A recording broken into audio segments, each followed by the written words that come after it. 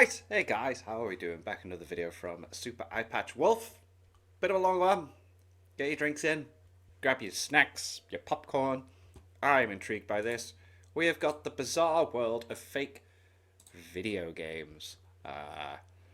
Always entertaining, always informative, always well presented. Super Eye Patch Wolf.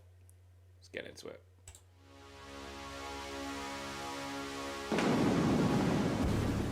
Welcome, traveller, to a distant place, a world of both impossible beauty and Time a Wizard Zelakaron. Okay.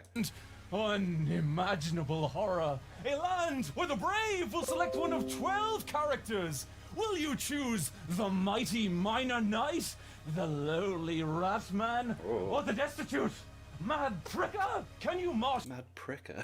their strengths and venture across a vast realm where only through hard-fought battle and victory will both the treasures and mysteries of this land spill themselves onto ye? Be it what lies in the dead man's garden, the bounty that awaits at the pauper's catacombs, or the madness that lies within the glass purgatory. Oh no!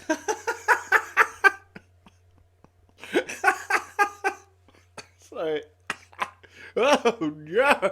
A world of monsters both gross and foul. Have ye the stomach to face down the abominable Stench Champion? Will you Stench discover Champion? the secret of the Goblin Knight? But heed my words, young hero. Do not fall prey to the sinister temptation of the dubious friend. Oh, I thought it said fiend. Ah, it's got like 3 faces. Step forward, my champions, for this is the world of Vermis, a brand new video game from Plasto Entertainment, and Vermis is not real, and Okay. you know it's not real because that's the name of the video. Hello, it's me, back from my journey down another internet hole to bring you another one of these f***ing videos. This time, we're talking about the strange world of fake video games. Divorce simulator. Okay. Much like explaining to your accountant that the wizard costume you bought is tax deductible,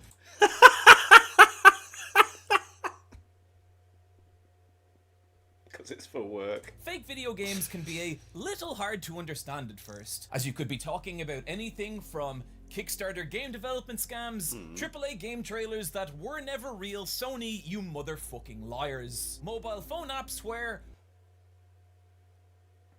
honestly, I have no idea what's happening That is here. so weird. Or Hollow Knight Silk Song. But we're not talking about Oh, I hope that is real. I hope it is real. It has to be real. any of those because I don't care. I do care about Hollow Knight Silk Song. I bet that will be good. What we are it talking eventually about comes out, is Jesus the Christ. bizarre phenomenon of people creating games that just don't exist. And maybe you're thinking, John, what does that even mean? What are fake video games? None of this makes any sense. To which I would respond, no it doesn't.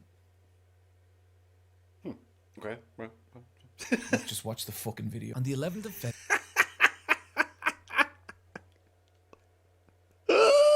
I love him. February 2012, a 1 minute and 19-second video was uploaded to the internet. The video was simple, just a still image with a song playing over it. But the curious part was the title. Persona 5 Tightrope title screen. Uploaded to a channel called Atlas XP5, and curious because A, Atlas was the publisher of popular video game series Persona, and Right. B, at this point, Persona 4 had been out for 4 years, but there hadn't been a single word on Persona 5, right. except this video. And suspicious as that seemed, there was something so real about it. The song itself was a beautifully composed piece of jazz fusion that fit in well with series composer Shoji Meguro's previous soundtracks. And the illustration featured could have been ripped directly from the art books of Persona character design. So they've gone out of their way to make it look and feel and sound as close to Persona as they Designer possibly can. Shigenori Sojima. Both elements combining into something that felt bafflingly real, but even more so when in the weeks that followed, more and more tracks began to appear on Atlas XP5, and you could hear the entire game in these songs, the boss battles, the hangout music, the shopping sections. But soon, it wasn't just music being uploaded to Atlas XP5's accounts. Concept art, promotional posters, environmental design, and even animated trailers began to appear. And oh my god, this is so next level. perhaps most intriguing, full character profiles, revealing a cast of classic Persona archetypes, from the silent Sigma gamer protagonist to everyone's favorite inferior male companion. But where things started to get bizarre was when actual screenshots of the game began to appear, detailing actual gameplay systems like a social media mechanic, as well as a controller layout for what looked like an emotions-driven dialogue system. Soon, even pitch decks for the game's story were being uploaded, unveiling a narrative that featured interdimensional old gods and an in-game apocalypse the player would survive. And while that maybe felt a little bleak for the Persona series, it fit perfectly with Persona's darker parent series, Shin Megami Tensei, a return that a portion of the fan base had been rabid for. Oh right, so they're playing on two audiences here really, aren't they? Wow. Those fans now passionately speculating about the validity of this game. Speculation that went into overdrive when an official 2013 teaser trailer of Persona 5 seemed to reflect the themes of manipulation and control that were present in everything Atlas XP5 had revealed. From the artwork to the story detail. Wow, it looks really good though. Like it's... I'm intrigued. Even the titles of its songs. And with this, a tantalizing inevitability crept into focus. Someone But that's got a different name on the channel there, but within Atlas was leaking Persona 5. And when 2 years later, the official trailer for Persona 5 dropped,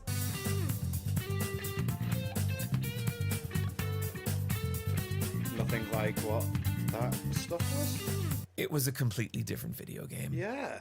So, what in the sweet Kenpachi Ramasama was this? Well, the truth is, by 2015, cracks had already started to appear in whatever this was.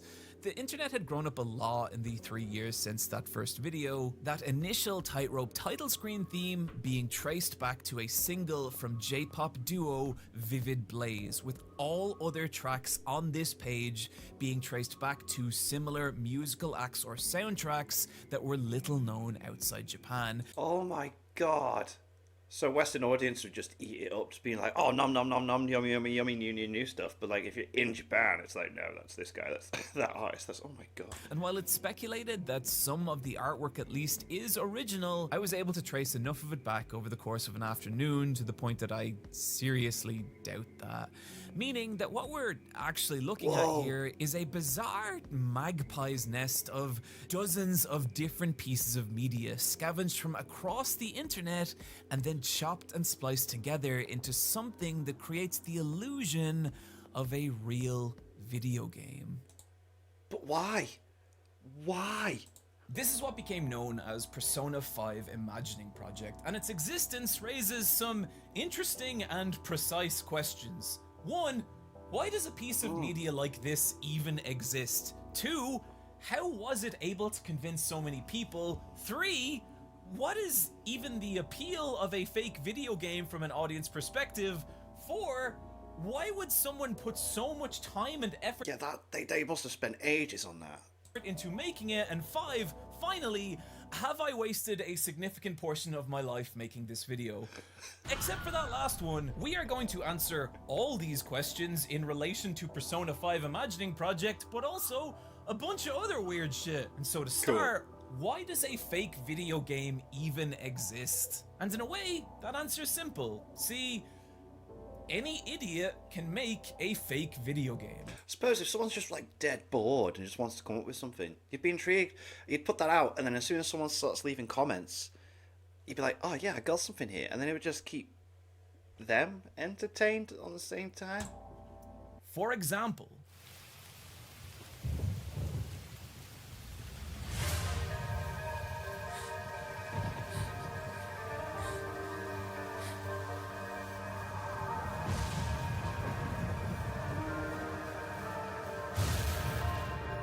I Patch Wolves Arc 2. Oh, so this is his what's it called? His merch story thing, yeah. Looks really cool. I like the idea of telling a story through like clothing and posters and things. It's a good idea. Different.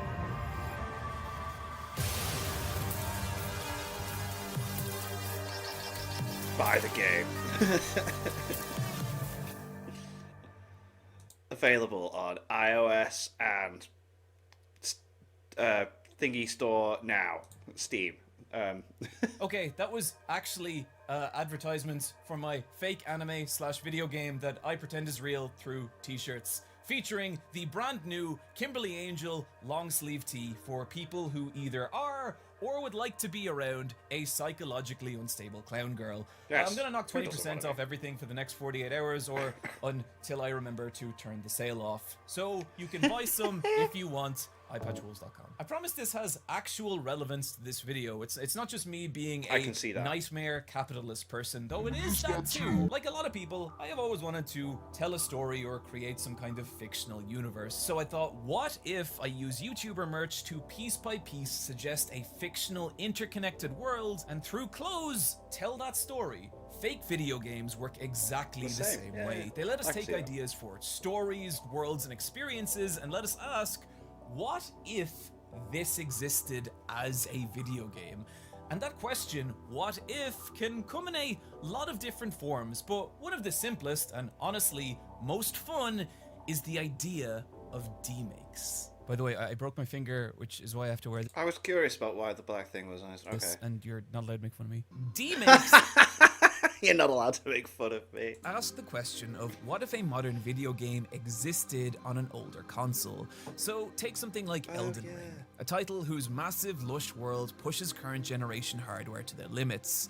So it's kind of interesting to think about, what if that gigantic world was then crammed onto a PlayStation 1? Well, the Elden Ring demake trailer answers that question, and it is bizarre looking at it. It's the uncanny feeling that this is the game you know, but coming from a different time. What's kind of insane though is that we can push that question even further, back another entire generation in fact, with 64-bits Elden Ring video, this time asking what if Elden Ring existed on a Super Nintendo. Yeah, that's cool. And it's fucking cool, but there are entire communities of artists doing this, taking games and dragging them backward on the generational timeline, asking questions like, what if Horizon Zero Dawn was a Super Nintendo game, or Genshin Impact was a PS1 RPG, or if Tears of the Kingdom ran on an N64? I think what makes these posts so popular is that there's something compelling about watching an artist deconstruct a video game, recognizing the core parts of it, and then showing creativity in how they preserve those parts through something as massive as a regression in generation. But for as cool as all this is, there is also artists doing the exact opposite. This is PowerQuest, and PowerQuest kind of rules. It's Pokemon with robots through a weird adventure fighting game. Unfortunately, due to the hardware of the Game Boy, the lack of visual detail means that idea of little battling robots gets kind of lost, instead looking like a more generic fighter. And that's not a slight on the developers, they were working within the limitations they had, but what's so cool about Snake Pixel's reimagining is how it frees PowerQuest of those limitations. It looks like Mega Man as a fighting game. Using the increased visual fidelity to create depth, which lets its background elements like the dog and the cat give us a sense of scale and the visual context to understand just how small these little fighters actually are. And as a side note, I really love the addition of this book bag. It creates this kind of after-school atmosphere, like two kids have met up, tossed all their school shit aside, and are now battling their tiny robots. All making for an image that feels more like PowerQuest than PowerQuest. This is what I love about Snake Pixel's work. They'll take the core of what's cool about a game and then rebuild it visually in a way that frees it of whatever limitations held back the original. And those limitations aren't always technical. Take, for example, the original Chrono Trigger. Easily one of the most beloved games of all time that bafflingly never got a true sequel. I know Chrono Cross exists, it's a fine game, it doesn't count. However, in 2001, a mysterious new trademark was created by Square, Chrono Break, which at least for a little while seemed to be a project in active development. However, due to the political snake pit that is video game production, the staff of Chrono Break were reportedly subsumed by Final Fantasy XI, that Chrono Break trademark expiring in 2011, meaning that whatever this potential sequel might have been, we will never know.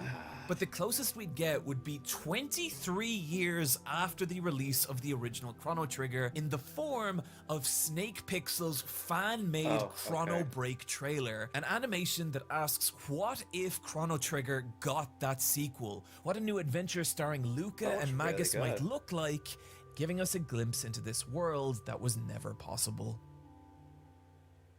This is something really fun about fake video games. No matter how great an idea is for an actual video game, there's countless different limitations that can stop it from existing. Technical, financial, a company's belief in an IP or an expectation around what it should be.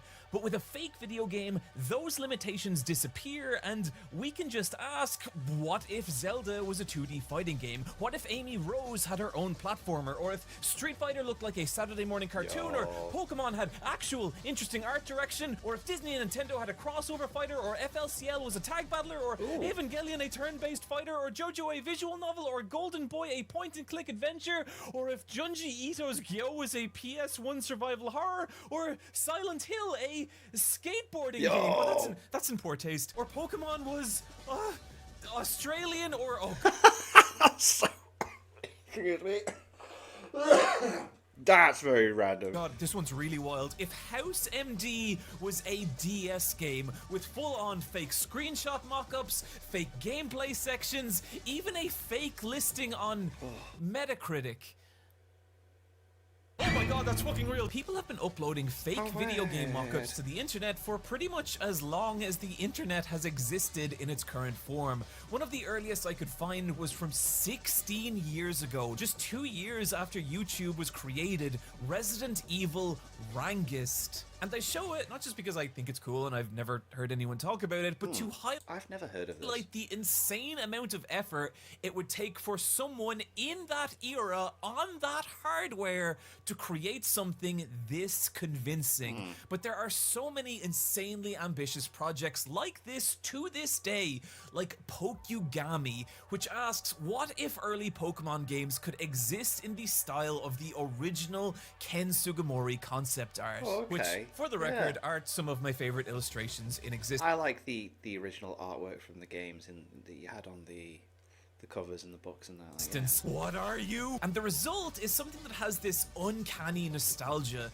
so completely different to what these games were, and yet so beautifully faithful to them. Another example being Curiomatic's impossible trailer for Mother 3 that asks, what if that world was rebuilt in the style of the plasticine models from the original Earthbound Player's Guide, dragging out the core of Mother 3 and rebuilding it in this simultaneously impossible but faithful way. One project that takes that concept to the absolute extreme being Onry Boy's Dreambound, asking, what if the world of Kirby existed as this bizarre mashup fusing the aesthetic of Earthbound and the gameplay and mechanics of Paper Mario, and everything from the gosh darn gorgeous pixel art to the tactile feel of the menus is so convincing in answering that question. Even though it is just an animation, it's so hard not to see it as an actual video game. Fake video games exist because they let us ask what if. And so, in the case of Persona 5 Imagining Project, it was someone asking the question, what if a darker Persona sequel existed that tied back to the series' roots of Shin Megami Tensei? That is the basic appeal of fake video games, and as you may be able to tell from the runtime of this video, there is a more complicated appeal that we will get to. But for now, I want to move on to that second question. What is it about fake video games like Imagining Project and Dreambound that our brain looks at them and doesn't see animation or illustration, but video game? Here's an illustration from the artist Arkai2, and it's awesome, a powerful rendering of a dramatic moment from Pokemon Ruby. Whoa. However, I have removed one small detail of it, and watch what happens when we add it back in. Personally, when I look at this, I see a cool illustration, but when I look at this, I see something else. I see something that asks, what would you do in this scenario? Would you fight? Would you switch Pokemon? Would you run? And when presented with these options, my mind can't help consider the scenarios that each might lead to, and by extension, asking what is the wider world that contains this moment, and what other moments within this world might look like. And I think what's actually happening here is really interesting. When we see a screenshot of a video game, one of the primary ways we recognize it as a these things here, the health bars, the everything else that it's layered on top. Video game are HUD elements like health bars, weapon selects, and point or XP counters. Visual elements designed to convey specific information to the player that helps them decide how to engage with this world. And if you've been playing video games for any length of time, it's visual signifiers like this that your brain has become hardwired to interpret as video game. And if we remove those visual elements, that feeling that this is a video game is lessened. I mean, it still looks like one, but it could potentially be like a CG thing, making it feel more like a traditional image. But if we inverse this and add those same visual elements to a traditional image, it raises that same feeling, nudging our brains into interpreting this as a video game. And that's why it's so hard to look at something like Dreambound and not, at least on some nearly subconscious level, see video game.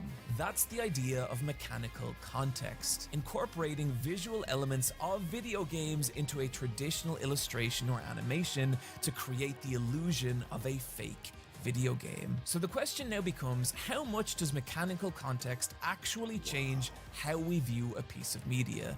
And to answer that question, I have quite an unusual example. Okay, cool. Spent long enough on TikTok in late 2022, and at some point you may encounter a video in which the viewer from a first-person perspective is approached by an unusual wide-eyed girl. I've seen some of these. Yeah, I've only been on TikTok for like the last year and a bit, maybe year and a bit.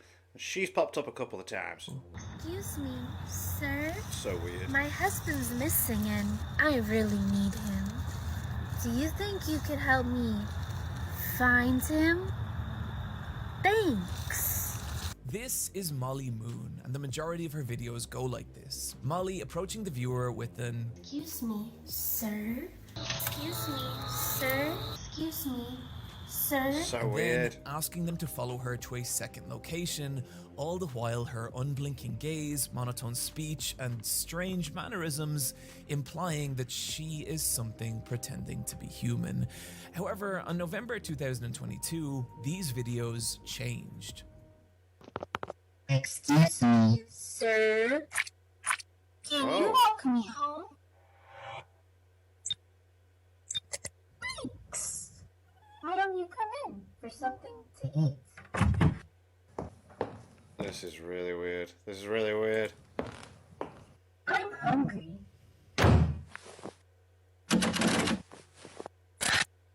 It was the same idea, Molly approaching the viewer with the same ominous tone, but now the videos had adopted the aesthetic and mechanical context of an old FMV point-and-click adventure.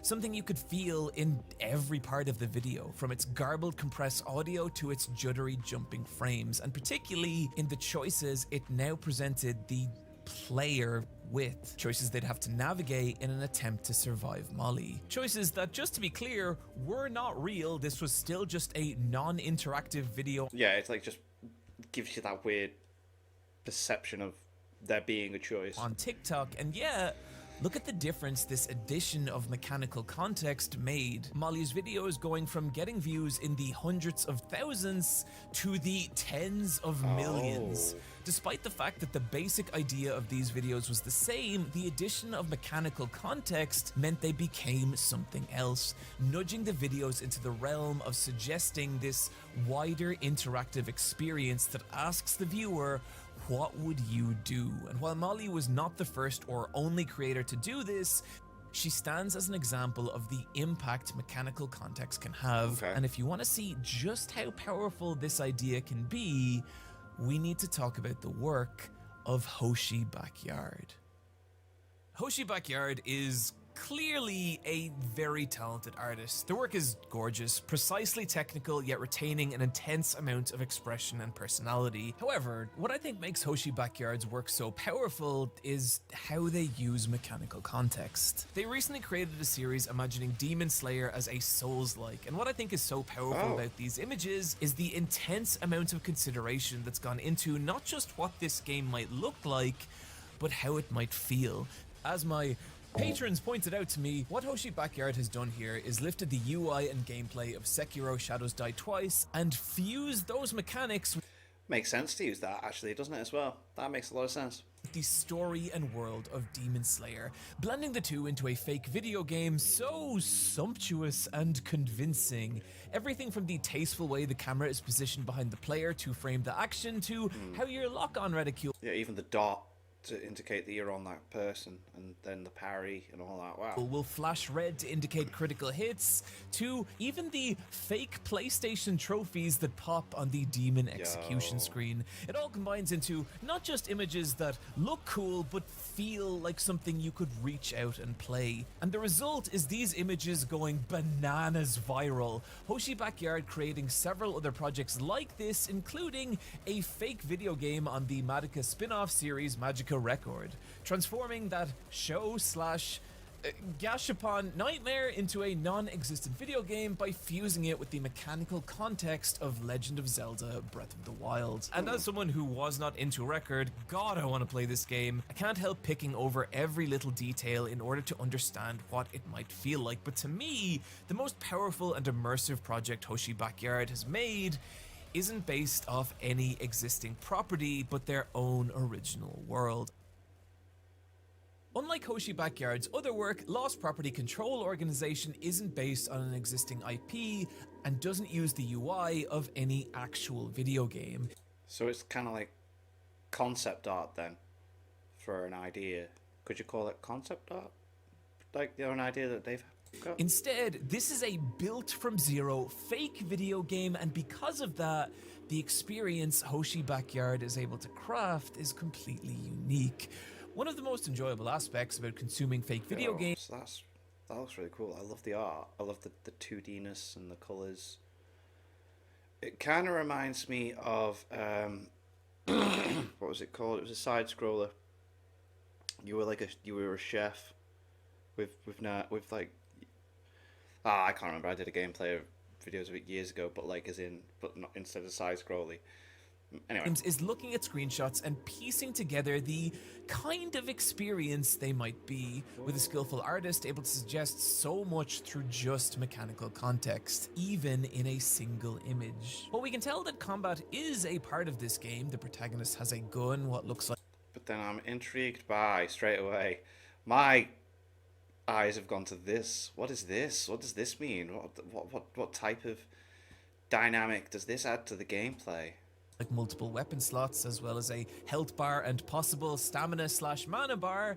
It doesn't seem to be the main focus. Instead, the camera's position is tight on the player, much like the secondary camera angles used in stealth games like Metal Gear Solid 2, designed to give you more a view of your enemies than your immediate surroundings. And that, combined with the protagonist's pose, crouching behind a wall, as well as the enemy design itself, ghostly security guards shining flashlights in search of the player, combined with the vision cones of the enemies shown in the mini-map, as well as the audio waveform monitor that could be used to gauge the noise from the surrounding environment, your own heartbeat, or possibly Silent Hill style monster static.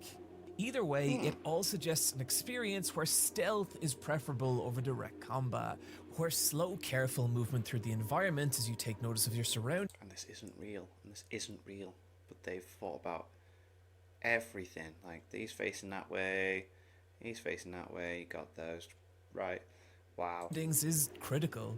The objective checkbox, as well as what looks like a Navi-esque assistant, suggesting that the player is not necessarily the victim caught up in some supernatural ordeal here, but rather on a mission here to achieve a specific purpose. Now that is already an incredible amount of information to convey from one single screenshot, Yeah. but possibly most curious But what's the time here as well? Like, what's this? is the presence of a 24-hour right, clock okay. that implies a day and night cycle, and suggesting that there could be way more to this game. And when I say could, what I really mean is. I wanted to make the point of how immersive just a single screenshot of Lost Property can be, but the truth is, Lost Property Control Organization exists across dozens of different images, each one adding a little piece to what the experience of this game might be like. There being portions of the game where you socialize with classmates, as well as spend time with members of some kind of shadowy organization. There are dialogue options, classroom scenes, a level up screen, melee combat, crafting menus, boss battles, and when we combine them all together, we get a startlingly clear picture of what Lost Property Control Organization could be. A survival horror RPG with a Persona-esque day and night system where you spend your days building bonds with other characters, making narrative choices, leveling up your stats and preparing your equipment before traveling to the Lost Property Control Organization in the evening, where you'll be briefed on that night's missions where you venture into haunted locations, stealthing past its enemies, as well as experiencing horror set pieces with the objective of tracking down the area's boss monster, whom you must defeat, collect the haunted relic that spawned it, which is what I'm guessing the giant backpack is for, before escaping that area with supernatural forces pursuing you, some of which may even follow you back out. Wow, that kind of like reminds me of Slender Man, but with like a weird clown face thing.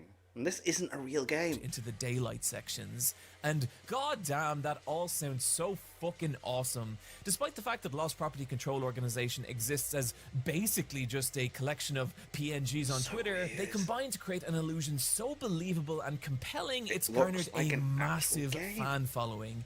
A fake video game that people are themselves building onto. They're existing not only Lost Property fan art, but even fan interpretations of what its menu music might sound like. Oh my god, I love that. That is so cool. Like, people are like, what would it be? And they're so invested in something that isn't an actual thing because it just looks so goddamn appealing. As well as animations of what its different scenes might look like in motion. That is how an immersive experience Hoshi Backyard is created here, and that is the power of mechanical context. Despite everything we've raved about with LPCO, there is a deeper layer to how it uses mechanical context. A strange detail about these screenshots is that despite how skilled Hoshi Backyard is, there is in them a strange brokenness. A lot of the backgrounds, and particularly on closer inspection, feel scraped together from compressed textures and saw-edged polygons. Moments where a spill of flashlight will cause the environmental detail to crush into a ratterized mess of jagged pixels. The blood on the game over screen in particular looking like some lost relic of the PS1 era. So what is happening here? Is Hoshi Backyard actually just some kind of hack? Well, obviously the answer is yes. Obviously the answer is no, but I think what's happening here is really interesting. As a medium, video games are unique in that they've only been around a relatively short period of time, and in that time what they are and how they're conveyed has evolved dramatically. If you look at a film from 25 years ago and compare it to a modern film of the same genre, there are going to be differences, but it's mostly in the details, the fashion, the fidelity of the cameras they're shot on, to smaller nuances like film grain or color grade. However, compared to video games of the same series across that same time frame, and you might as well be looking at two completely different mediums. And that's because, unlike pre-rendered animated films, video games have always had to generate their visuals in real time on real hardware, forcing developers to make major visual compromises in how they convey their worlds. And the result of those compromises is the aesthetic of video games. From the stylized pixel art of the Super Nintendo era to the low poly landscapes of the PS1 and Nintendo 64 to even the shiny sophistifutures of the PS2/3 and 360 era. These aesthetics are all in different ways compromises born from limitation, and the reason those same aesthetics never appeared in other mediums is because other mediums never face those same limitations, even the earliest computer animated films. There's a quote I really love from the artist and composer Brian Eno: "Whatever you find weird, ugly, uncomfortable, and nasty about a new medium will surely become its signature. CD distortion, the jitteriness of digital video, the crap sound of 8-bit, all of these will be cherished and emulated as soon as they can be avoided." That's true. That is what's happening in the background of Hoshi Backyard's work. Not a mistake, but a conscious effort, not only to call back to the aesthetic of old video games, but to create the illusion that this is a world struggling to exist within the hardware of some fictional console. And not only does it immensely up the immersive quality of Lost Property, it shows us something really cool that fake video games can do: use mechanical context on this deeper, subtler level, emulating the feeling of these hyper-specific eras in gaming, and particularly in a fake video game like Ghostbleed. Ghostbleed exists entirely as a YouTube cutscene compilation for a game that, of course, does not exist. And from its goofy, low-poly character models to its ridiculous live-action cutscenes... Oh, love that. Love that. Do you remember when that used to be a thing? Do you remember live-action cutscenes in video games? I do. Dialogue that is about as awkward as me trying to buy some Command & Conquer used to do all that stuff, didn't it? eggs. That will make sense later. Where is everyone?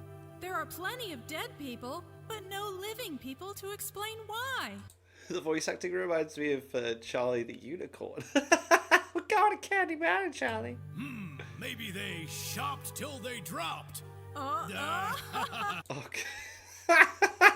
So dumb. You don't need me to tell you that Ghostbleed is a lampooning of the original PlayStation 1 Resident Evil. Yeah. But if it just stopped there, I wouldn't be talking about it. What I love about Ghostbleed is that rather than being straight up ridicule, there is here a palpable love of the hardware and limitations of that era of games. I'm looking for my daughter. Rita, have you seen her? She looks like this. I'm gonna have to check this Ghostbleed out.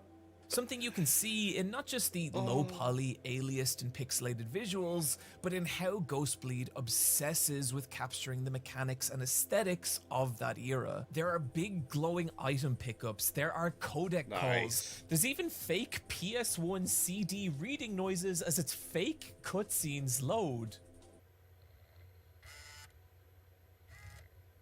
Incredible! I love that. I love that. And it all creates this kind of innocence, one that's not only palpable in the big, blocky, oblivious faces of its characters, but in their personalities, in their complete lack of understanding of the danger they're actually in. Ouch! Officer Rodriguez! Are you hurt?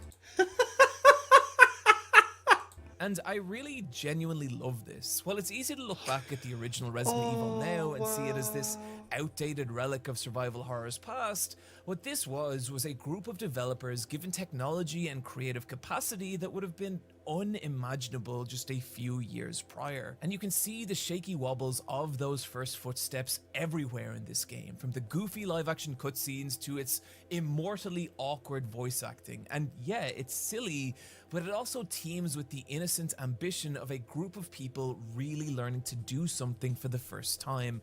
And it is that innocence that Ghostbleed captures so beautifully, to the point that it becomes more than a parody. It becomes this kind of uncanny piece of nostalgia. And in terms of fake video games creating uncanny nostalgia, Ghostbleed is just the beginning.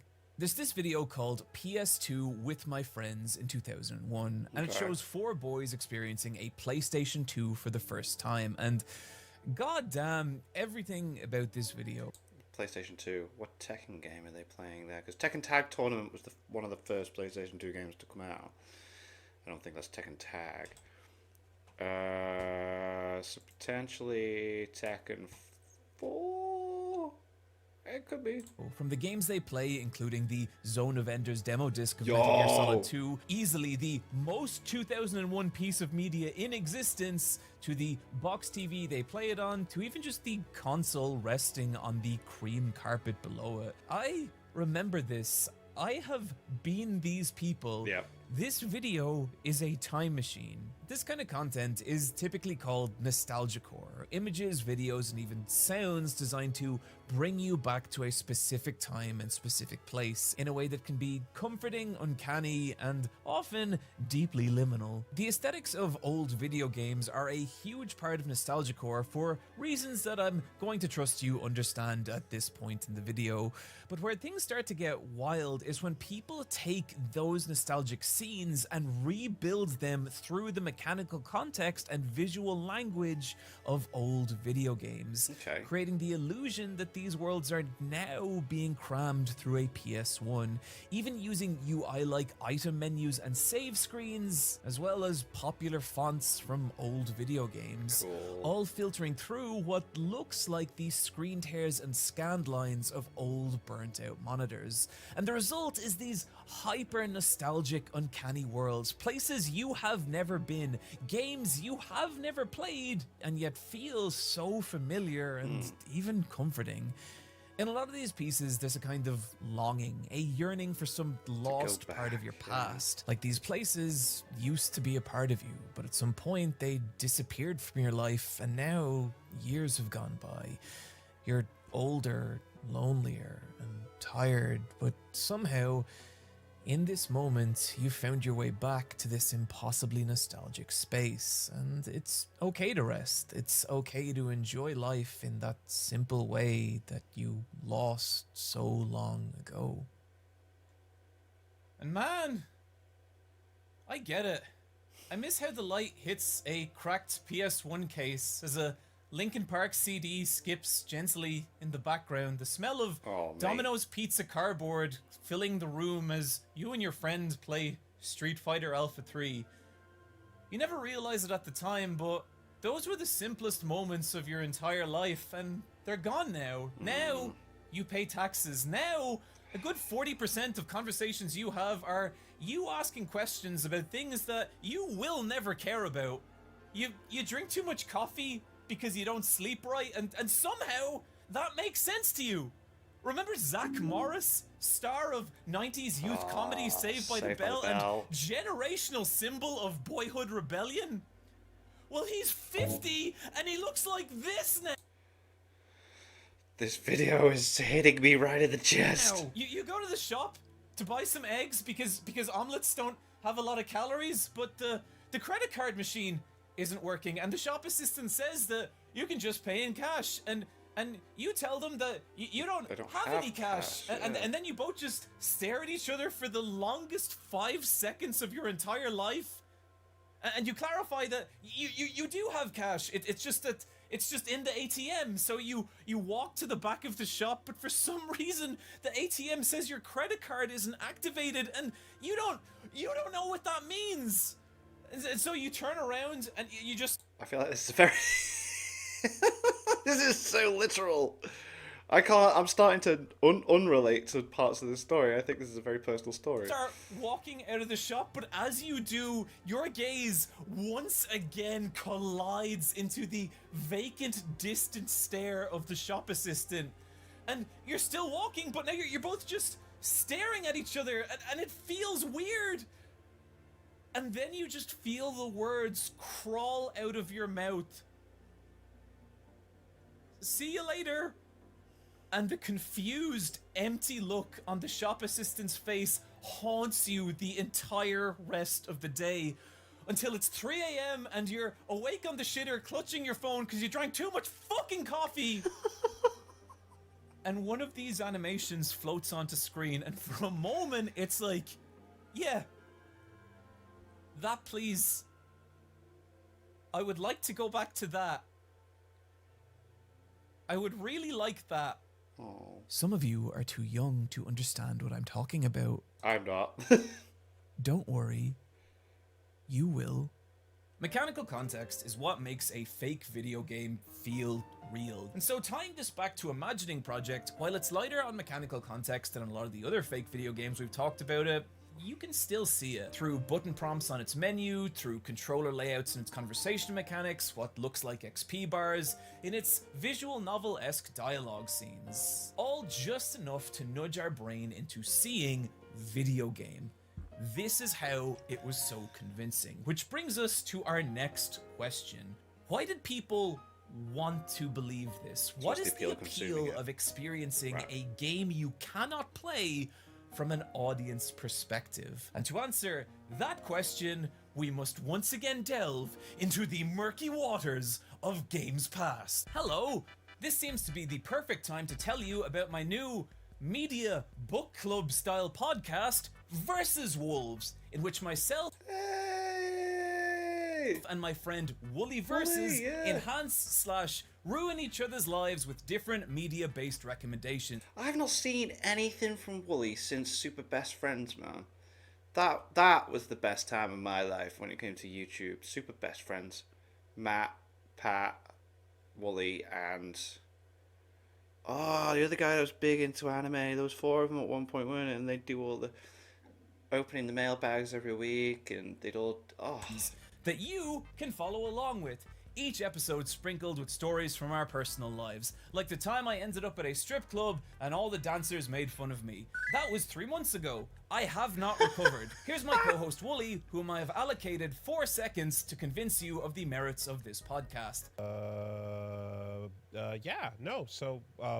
We kind of... Haha, great job, I Wooly. miss his voice. Link in the description. Now, back to whatever the fuck I was talking about. What you're looking at here is a poster / piece of box art / magazine advertisement for the game Double Dragon 2, The Revenge.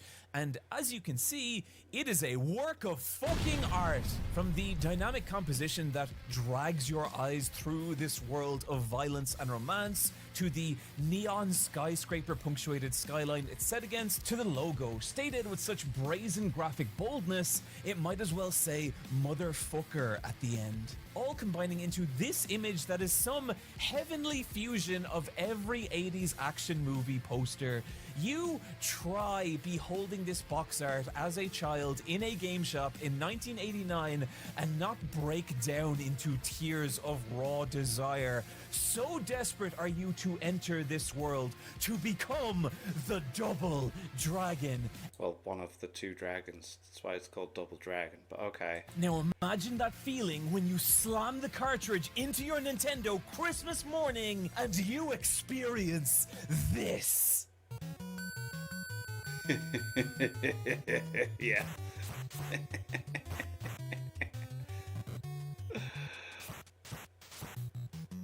Don't let them get too close to you. Really not to talk shit about the graphics of a 30-year-old game, but just to point out that the world presented by this poster and the actual experience of Double Dragon 2 were quite different. This used to be really common because of the limited capabilities of hardware. Yeah, like, Street Fighter as well. Take me back to Streets of Rage.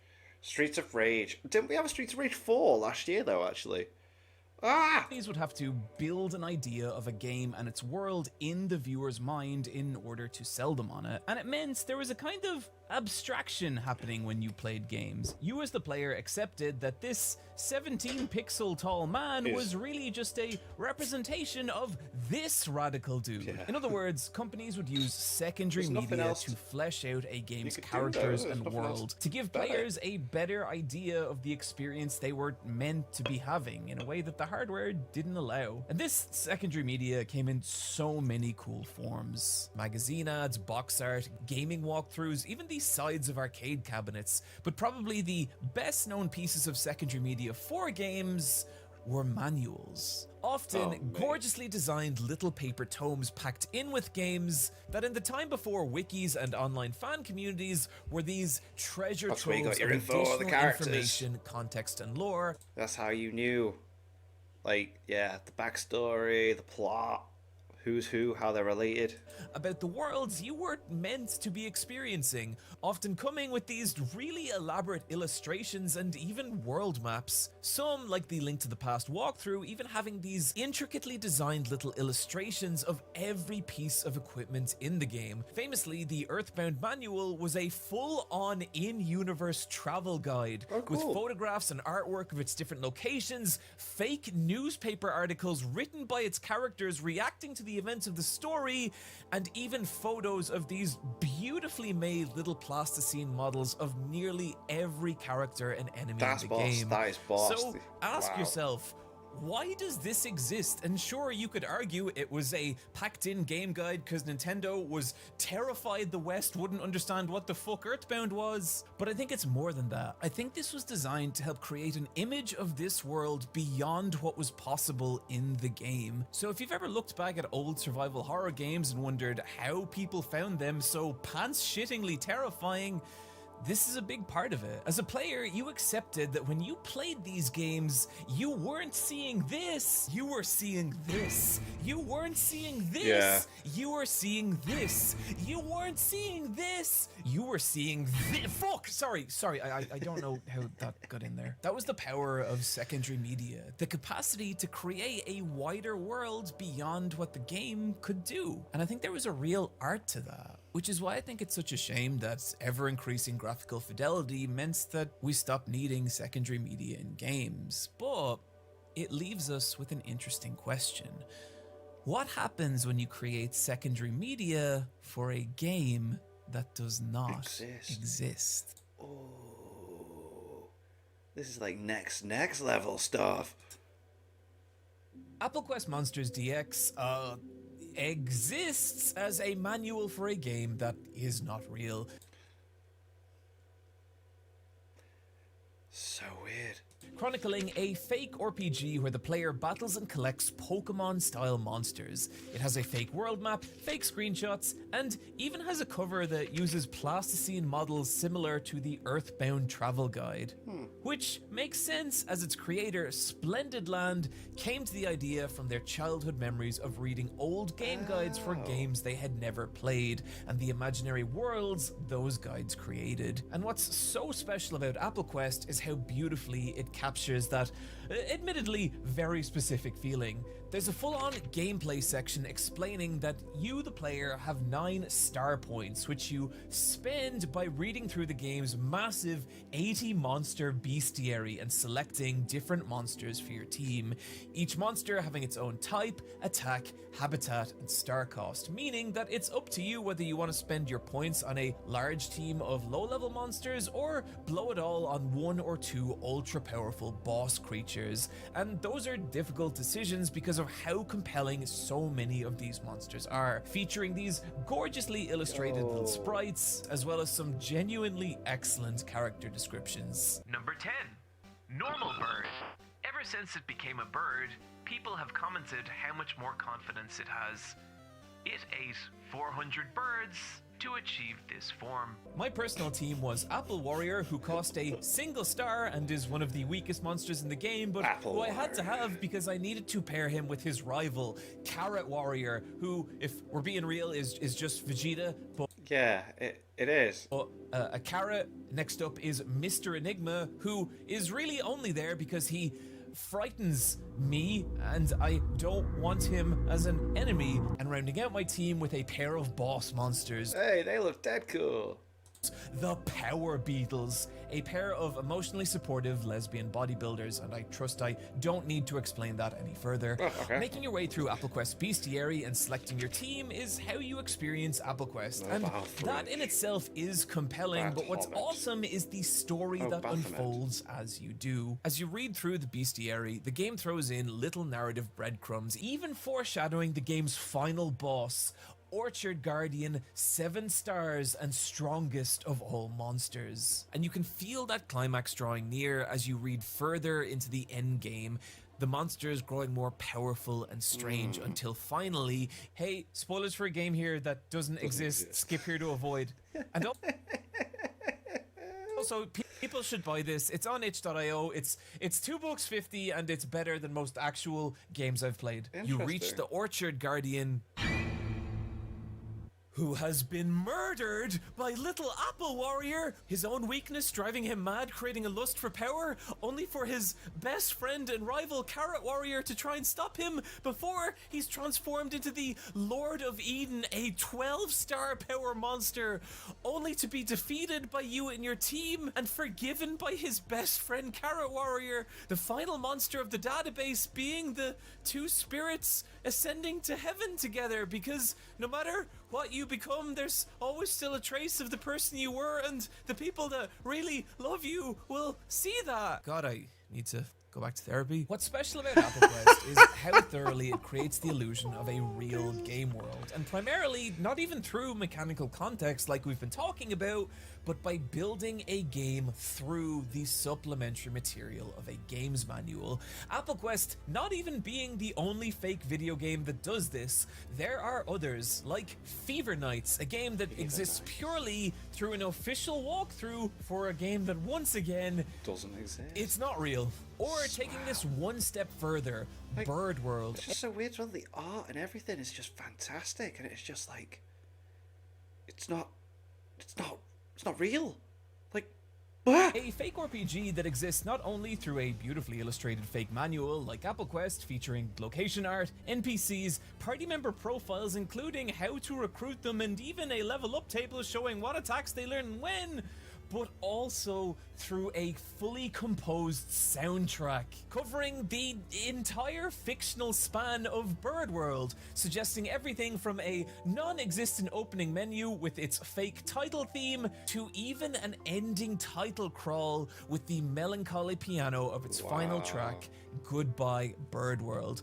The combination of both Bird World's manual and its soundtrack combining into a powerful image of what this game would be. An RPG rooted in the era of the Super Nintendo. This was an innocent, hopeful time for role-playing games that were often less about stopping whatever world-ending threat that the plot hung on, and more just exploring a gigantic, colorful, and weird world and the joy of discovering what waited there.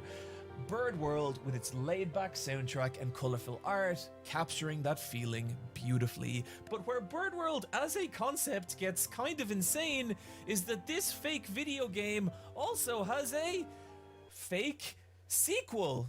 As games advanced from the Super Nintendo era to the PS1, maturing audiences as well as evolving hardware meant that RPGs took a darker, more introspective turn, with games like Xenogears, Final Fantasy VII and VIII, or Kadelka, often taking place in these grim worlds whose problems were more complex than any one single threat.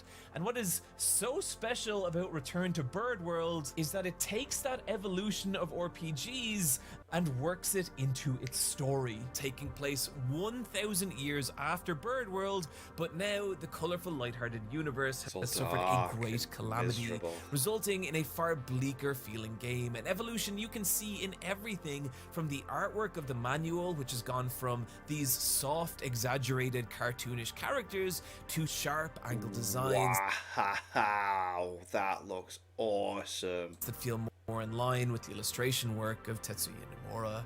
Its simple, flat landscapes now bathed in shadow, but most impressively, listen to how this same evolution is conveyed in the Return to Bird World soundtrack. Here's the theme of Enoki Village from Bird World 1, which I have to keep talking over or this video will get copyright struck, but you can hear what a jaunty tune it is. Jaunty, ba, ba, ba, ba, ba. And here is Enoki Village's theme from Bird World 2, and oh dear, listen to that Yeah, it's dark and more dystopian, isn't it? despair. Listen to this place, now desolate and hopeless. And while the soundtrack does keep some of the nautical absurdity from Bird World 1, it also punctuates it with far darker tracks, like The World Descends into Chaos, whose metallic, discordant sound speaks to a planet pulling itself apart. The idea of bringing a game world to life through a soundtrack is so cool, but the crazy part is, Bird World isn't even the only fake game that does this. Louis Zong's Boss Rush is an album of boss music for a game that, of course, isn't fucking real. So someone made an album about that were meant to be for like boss battles that don't even exist. So people have done fake stuff for every kind of aspect of video games. This video is blowing my brain. It is great and it deserves its own section, but God, I keep discovering new fake video games, just like the games I talk about in this video. This video will never exist if I do not commit to just finishing it. Unlike the other fake video games we've talked about, rather than showing you what a game might look or feel like, these games instead create the illusion of a game through secondary media. And that's exciting, and you can see how this applies to Imagining Project, a fake video game we experience only through a fabricated press leak, which creates this entire other layer of intrigue. What is this game on the other side of our limited viewpoint? And that can be a really fascinating question, and it brings us to one of the strangest and most mysterious fake video games in existence. Yeah? Over the extremely long course of making this video, I put a call out to my Twitter followers for fake video game recommendations, and as ever, my human-powered search engine did not disappoint. But one of the most striking returns wasn't so much a fake video game as it was a single mysterious image. Picture of an old desolate house drawn in stark black and white pointillism, like it's being generated on some old beat up processor. Its atmosphere thick with a subtle dread, and the text, "You sense a presence somewhere in this room. Proceed." Whatever this was, I wanted to see more, the only problem being that more didn't seem to exist. The only information I had to go off was a Tumblr tag, Ghost Gods, leading to a blog that no longer existed. Oh, no. Even when viewed through the Wayback Machine, it showed a page empty of artwork. Oh, damn. It was frustrating, and I'll save you the tedious internet scavenger hunt that followed, but I did eventually find an old archive blog of all Ghost Gods work, posted by Ghost Gods themselves, even detailing their reasons for deleting the original. And while I fully understand the pull to delete everything you've ever done and disappear from the internet, I think it's a real loss in this case. What really got me about that first image was the atmosphere, and my God, was that just the beginning. Within Ghost Gods work, there were environments that captured everything from a kind of melancholy coziness to others an ambiguous dread. Like something here is wrong, you're just not quite sure why. Other pieces were more unsettling, some even showing these beautiful and horrific nightmare creatures. But what really struck me about so many of these images was the vague sense that they were all part of some interconnected world. Which you could see in series like these sketches, detailing some horrific abandoned swimming pool, a building that seems to have grown some kind of bizarre sentience, its walls pulsating with strange growths, organs dripping through its water slides, parts of the building disappearing into gaping maws and gnashing teeth. I love these pictures. There's a real feeling of exploration in them. They don't feel super polished or finished, instead like the development of an idea, something to be fit into a larger whole. Which is why you may find it unsurprising that there is also here posts illustrating loading screens, inventory menus, and contextual choices. As nestled deep within this deleted blog, there lies a fake video game. Field Trip. What looks like a surreal Yume Nikki-like RPG Maker game, in which the player is pulled deeper and deeper into a bizarre world of strange environments. Given the nature of this archive, it's hard to say for sure which pieces are part of Field Trip and which aren't, but even just the process of trying to figure that out is compelling. The feeling that through this deleted Tumblr, you are peering into this old forgotten world of a video game that never existed and trying to make sense of it. And there's something a little spooky about that, right? Like walking around an abandoned house, nothing but the furniture, wallpaper, and decor, traces letting you know that someone used to be here. But just like an old abandoned house, fake video games can create a tremendous amount of unease with one simple idea. What if you are not alone here? What if something is in here with you? The legend of Polybius is a strange one. An arcade cabinet that appeared around Portland, Oregon from 1981 to 1984. So addictive that massive lines would form in front of it. Some of its players later suffering from amnesia, vomiting, and nightmares. Stranger still were the rumors of men in black coats that would be seen performing maintenance on the machine, who didn't collect its coins, but were collecting something. There being rumors that Polybius was part of a government-run mind control experiment. Given some of the wackier exploits of the US government, none of this is as unbelievable as you'd think. There were actual newspaper reports of video games causing sickness in the 80s, and the FBI really were monitoring arcades, but mostly for drugs as opposed to mind control is what they want you to think. The truth is, there's very little proof that Polybius ever actually existed. But what there was an article in a 2003 GamePro magazine which disseminated Polybius myth to a wider public, marking the first widespread urban legend of a video game housing some kind of malevolent force. And it was just the beginning, because around that same time frame, the first traces of creepypastas were materializing online, with internet user networks like Usenet now reaching a level of ubiquity that meant those spooky internet stories now had communities through which they could spread. One of the most popular kinds of creepypastas being fake video games. And there were a lot. Sonic.exe was a broken Sonic game where the player is pursued by a nightmarish version of Sonic. Ben Drowned was about a boy who found a corrupted version of Legend of Zelda Majora's Mask, only to be haunted by a bizarre statue within it that begins to seep into his real life. Hero Brian was a Minecraft creepypasta about a strange white-eyed figure that could sometimes be seen stalking the player from a distance.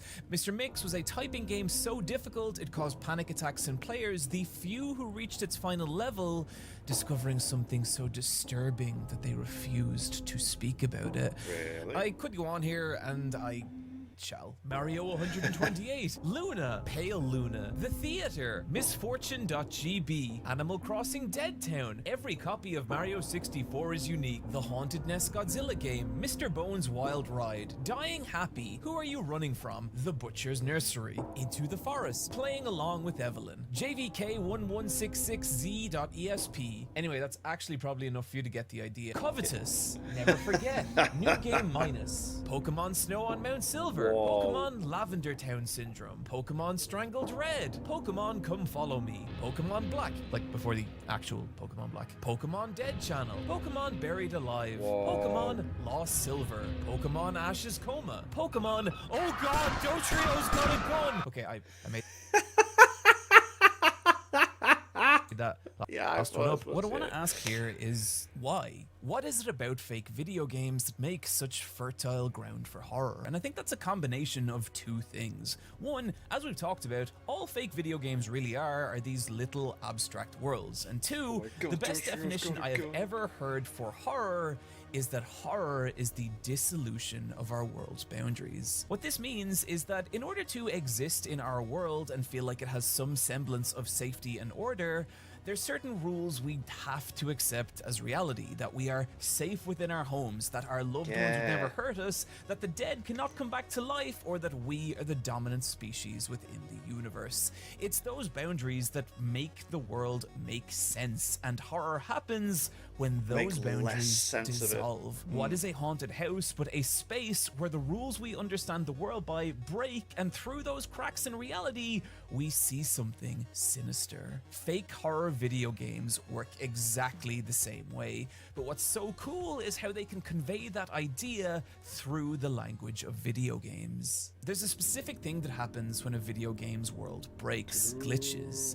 If we accept a video game's boundaries to be the lines of code that twist together into the rule sets that define these worlds, glitches are what happens when those rule sets begin to contradict and snap. Character models warp, textures distort, and NPCs begin to behave in bizarre ways. And it can be kind of amusing, but it's also sort of spooky. A tear in this reality, letting us see into parts of it we are not meant to. And what's so cool about so many of these fake horror video games is that they'll use the idea of glitches, of a corrupted video game as the visual representation that its boundaries are dissolving, its world breaking down, and asking, what if through those cracks in this reality, we see something staring back at us? Now granted, a lot of those stories did conclude with all the subtlety of the phallic motorcycle guy from the 7 remakes, but I don't think that should take away from just how cool a concept this is. And there's a lot of modern fake horror video games taking this idea of a broken video game housing some insidious entity and evolving it in some really creative and disturbing ways. The Lacey series is a collection of fictional Let's Plays where the player controls Lacey, star of a not real 2007 Flash game, as she works different jobs through different minigames. And everything about them, from their color palette to their gameplay, echoes this hyper-effeminate and very specific era of Flash games. And it's convincing. There are loading bars, there are poorly designed, albeit very believable menus, and artwork that has this kind of how-to-draw manga roughness to it. However, as you continue through these videos, the kinds of things Lacey is tasked with become strange and cruel. The world around her begins to warp and break, the artwork corrupting into these distorted and disturbing images, all implying a far darker reality than the player originally expected. And it's awesome. To me, it captures the very unsettling vibe of mid-2000s internet, a place less so of monolithic social media platforms and more tens of thousands of disparate user-run websites. Meaning, stumbling into something that you really shouldn't have was common. And Lacey's captures that feeling beautifully. But also, through the corruption of this world, it forces you to ask the question of how does something this fucked up come into existence, and the kind of person who would make a game like this. The fictional creator of these games, not the actual creator, who seems fine. Lacey is interesting because it involves that core concept of some insidious entity or awful truth at the center of a broken video game, but there are a lot of modern horror fake video games exploring that same idea. Petscop is another fictional LP series about collecting these delightful little creatures before gradually peeling back the layers of this reality and revealing the disturbing truth as to why it exists. Crow64 builds an entire media campaign around a cancelled N64 beta, and through its broken world, can we see the disturbing effects that cancellation had on its creator and his family. Diminish is a less horror-focused series communicated through a fabricated Let's Play, in which an unseen person plays through a fictional, ultra-difficult video game created by his dead sister, the memory of her communicating with him through the trials he has to endure in this game. Whoa. All these games are cool and interesting and worth deep dives, but unfortunately, I have only so much blood in my veins. But there is one I just have to talk about. A fake video game that takes the concept of an insidious force hiding inside a corrupted game world to a whole other level.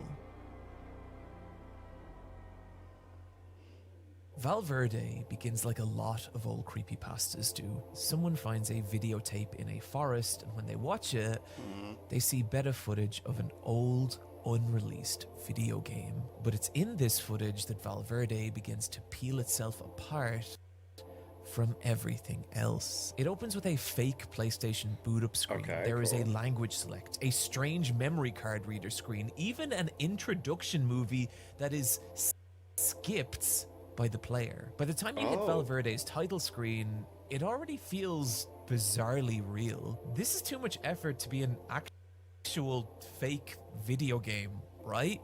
And that uncanniness does not go away, as upon selecting a new game, a fully animated opening cutscene plays. The player then taken through a character creator and zone select, and from here, we touch down in a gorgeously designed village of limited polygons but infinite charm. The little villagers going about their little lives, working their little jobs. As a new resident of this village, your goal seems to be nothing more than to integrate into this community. The Fox Mayor, whose authority has been vested in him by something called the Smiling One, I'm sure that's fine, gives you a house whose previous owner left a long time ago and has never come back. That's also fine. Clearly there is nothing of concern happening here. We could stop right there and Valverde would already be one of the most impressive fake video games we've talked about. Everything from its lo-fi graphics drowning it in uncanny 32-bit nostalgia, to its mini games, to just the care that's been put into its menus, intricately designed and bursting with different icons suggesting so much of what this experience might be. It also completely captures the feeling of staring into this little video game world through some lost beta footage. And that is when Valverde has you where it wants you, as the feeling that there is something else in this world with you begins to creep in.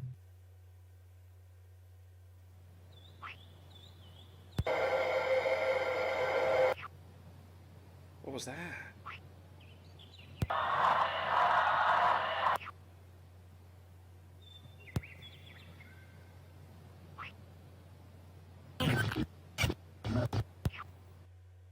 It begins when the Fox Mayor attempts to introduce the player to the other people who have moved to this island. But where dialogue should be is instead cracked, glitched out text, ghostly portraits in place of character art. What is happening here? Whoa. The more Valverde you experience, the more of those questions you'll ask. What's with the unsettling amount of religious imagery in this game? Why are the landscapes that surround the village so strange and random? Who are the people in these portraits? And why does it feel like they're watching you? As those questions pile up, the peaceful video game world of Valverde begin to splinter and break. Textures bulge and crack. This is so Villagers weird. start to act in strange, uncanny ways. As the serene landscape vacillates and warps around you, glitches tearing open holes in this reality that reveal its deeper layers, twisted and frightening places, stalked by massive and impossible beings. And soon, Valverde feels less like the pristine little village you arrived at, and more like some abominable abyss, an ever-expanding void pushing through the corrupted world of a video game. But where that feeling hits a ludicrous peak is when the player encounters something impossible deep within Valverde's. A second fake video game, Tharsis, a strange third-person action survival horror entirely different from Valverde, with its own cutscenes, its own visual style, a player select both a third and first person mode, its own menus. This strange pocket reality now seeming to bleed into Valverde's other worlds. And this is when I stopped understanding what Valverde was. The moment it went from an abyss and became an infinity. And as for the malicious entity that lies at the center of that infinity, I want to know. I'm so intrigued. This is incredible. all the way at the bottom of Valverde, we encounter it, an artificial, self-determinate god who has locked itself away from this world. So terrified is it by what it has created. Now, constantly generating new pieces of this place, designed to lock all of humanity within this nightmare, so that our sins not upset the real God any further, lest we draw his wrath. At least that's what I think is happening. I don't know. Valverde is such an amazing evolution of the concept of some sinister entity lying at the heart of a fake video game. Yeah, Straight up, that's one of the coolest things I have ever encountered on the internet. But it brings us to a problem. Criminally, Valverde doesn't have that much of an audience. Its second part, featuring that second fake video game and artificial god, has at the time of writing less than 100,000 Oh, and this is views. quite recent, Meanwhile, right? Okay. Valverde explainer videos get many multiples of that, which, just to be clear, is not the fault of the people making these explainer videos, and particularly Nightmind, who urges you to go watch the original, and he's right. I think it's a problem that comes with how online content like this is sometimes consumed. That there's this belief that discovering the secret message of a piece of media is more important than what that media Actually feels is like itself, to yeah. experience. And personally, I think that's a belief for wankers. To me, the emotion you feel while experiencing a piece of art, that is the art. If you want to feel the abyss-like experience that is Valverde and what is so special about it, sit down in a dark room and just fall down these videos. Let Valverde happen. And if you want to go down the rabbit hole of explainer videos after that, go for it. But you should never be taking your opinion on any piece of media from any YouTube video, especially mine. I think Modern Simpsons is good. If you want to know what is so special I haven't about watched these Simpsons worlds, in a long time. you gotta walk around them yourself. That is the appeal of experiencing a We've still fake got one video more question, game haven't we? from an audience perspective. And if we tie this all the way back to Persona 5 Imagining Project, this was the first time a lot of people had that experience and were able to engage with how fucking cool it is. Which leaves us with one last question. What is the purpose of making a fake video game as a creator? Why would someone pour so much time and effort into doing this? And that, friends, brings us to quite possibly the most bizarre fake video game in existence. Even by Lumpy Touch's very high standards, Breaking Bad Game Boy is fucking bizarre. Taking Breaking Bad, one of the most respected and influential TV shows. crime dramas of all time, and transmogrifying it into this grotesque story of body horror where the cast of the show become these nightmarish kaiju beings and commit bloody battle across the skyline of Albuquerque, somehow through that story retaining the drama and even thematic narrative flow of the TV show. That already is a fucking insane idea, but is even further lunaticized by being compressed down and squeezed through the lo-fi format of a Game Boy, using the visual language and mechanical context of the games of that tiny console. There are shop menus, there are QuickTime events, there are full-on gameplay sections with on-screen instructions. It is weird, but it is also one of the most uniquely compelling experiences I have ever encountered on the internet. But even more than that, it is an idea that should not exist, and yet it does. One that left me with a single burning question. Why? Why take a concept as insane as Breaking Bad told with kaiju body horror and then squeeze it through the medium of a Nintendo handheld? What possesses a person to create something like this? And that is a question I grew so obsessed with that I eventually reached out to Lumpy Touch and asked them directly. Their answer was unusually enlightening. Rather than making essentially a Breaking Bad fan movie from start to finish, I'm just showing bite-sized snippets of gameplay from the larger narrative. A part might highlight a story beat or game mechanic, and then in the next part we've time skipped forward. What did we skip over? Viewers enjoy filling in the blanks, imagining high quality gameplay, maybe a platform or point and click adventure game. Some of my favorite comments are people making walkthroughs for a game that doesn't exist. They've analyzed the footage and extrapolated game mechanics, levels, strategies, etc. It's awesome. Seeing Lumpy Touch reflects so much of how I felt about fake video games and how they invite the viewer to collaborate was honestly really validating and made me feel like slightly less of a crazy person. I think one of the reasons I have been so willing to pour such an ungodly amount of time into this fucking video is because I genuinely think fake video games invite the viewer to engage in a way that few other art forms do. Yeah, it does seem very, very bizarre. Like, you get a lot of more interaction from something that isn't even there.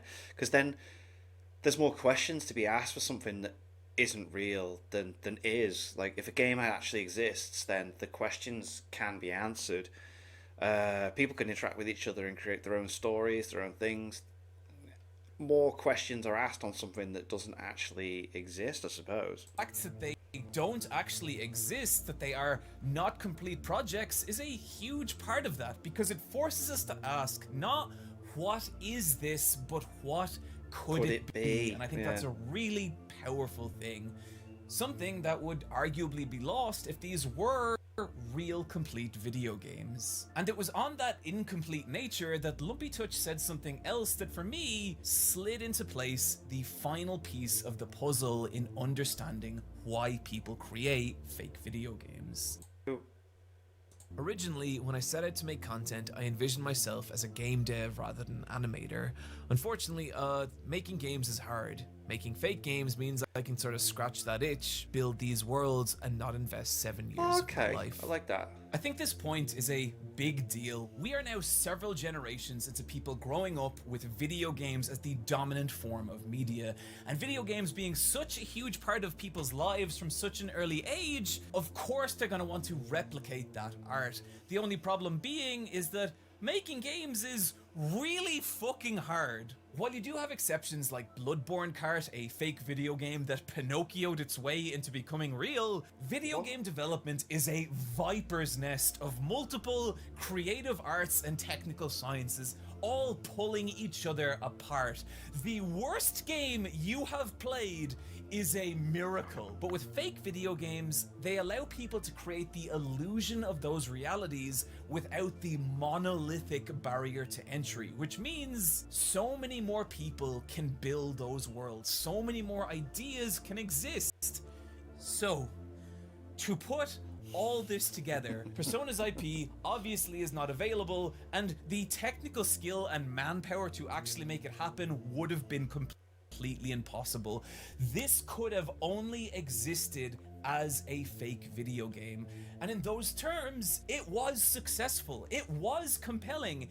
Even a decade after this was categorically proved to be a hoax, there are still people building onto it and cataloging it. That's and cool. to add I do like one that. last delicious layer of intrigue, the actual creator was never found. The Atlas XP5 YouTube channel going silent after the actual announcement of Persona 5, only for 6 years later to post 2 final cryptic videos suggesting that maybe there was actually something more real here. But who fucking knows? I don't. But if you would like to know more about Persona 5 Imagining Project, I'm going to link to a phenomenal video by YouTuber Blue, who did an incredible job in detectiving all this information together. But as it stands, it's through Imagining Project we can see so much of what is so strange and special about fake video games. Which means, now that we understand all this, we can now answer that final question. He's actually going to question 5. No. Have I wasted a significant portion of my life making this video? No. Okay, I lied. We are going to address Okay, this. you're And actually to going do with that. so, we are going to talk about one final fake video game. And if I'm going to be honest here, it was this fake video game that is the entire reason this You made video it. exists. Right. Meaning, the last hour and 20 minutes have really just been one long introduction. God, I'm bad at this. The work of Plasto. I remember one of the first pieces of the art Oh, because this was on the thumbnail, wasn't it? All right, okay. Plasto that stood out to me. It was an illustration of the character Honey from the Sega Saturn game Fighting Vipers, and I love Honey. A lot of 90s fighting game characters had this really cool street fashion spliced with martial arts gear look that to this day I still think is awesome. And Honey, with her gothic like the Lolita design. dress blended with chunky protective gear, chest plates, elbow pads and shin guards, it captures that look in such a cool way. Her in-game story is that she wants to enter the Fighting Vipers tournament to promote her fashion brand, and beyond that, the most interesting things about her is that she's called Candy in Europe, and she also has an unlockable furry persona in Sonic the Fighters. That's basically everything you can know about the character, and so when you imagine fan art of her, beyond her look, there's not a whole lot to really draw on, and yeah, the bloody smudge trailing across her cheek, Whoa. the streak of red on her pristine white glove, her face contorted into this ghoulish grin, her eyes curling upward into light, the eerie way she's looking up at you. It's like you, the viewer, have just hurt her, Yeah. but she's delighted about it. As if the piece is asking, what if at the center of Honey's cute veneer is a frightening and violent person? It's kind of chilling, and if Plasto can create something this unsettling from this fucking character, it should tell you how good Plasto is at creating unsettling imagery. Their illustrations often feeling like these development sketches for some lost horror movie, frequently obscuring monsters behind scenery so that you never see the full thing, but generating an incredible amount of tension and intrigue. Some even creating horror from the mere implication that something might be there, lurking in the darkness. And that's an idea that's come up over and over in this video, right? The ability for an artist to imply something more than what we can see. And in the same way fake video game artists do this with the mechanical context of video games, Plasto does the same through dozens of different mediums and formats.